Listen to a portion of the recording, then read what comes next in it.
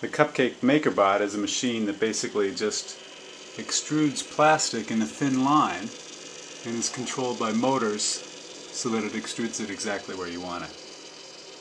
So first we design what we want to build in Google SketchUp. Here we've got the IMD logo.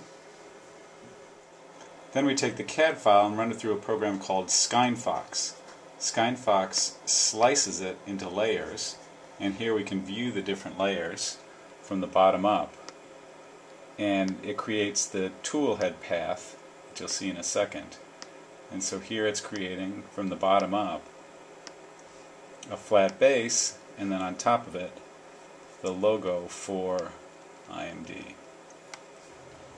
And there's a couple layers of logo. Now the machine's making the base layer. The machine fills in between the top and the bottom with some hollow. And then the machine begins printing the logos on the top.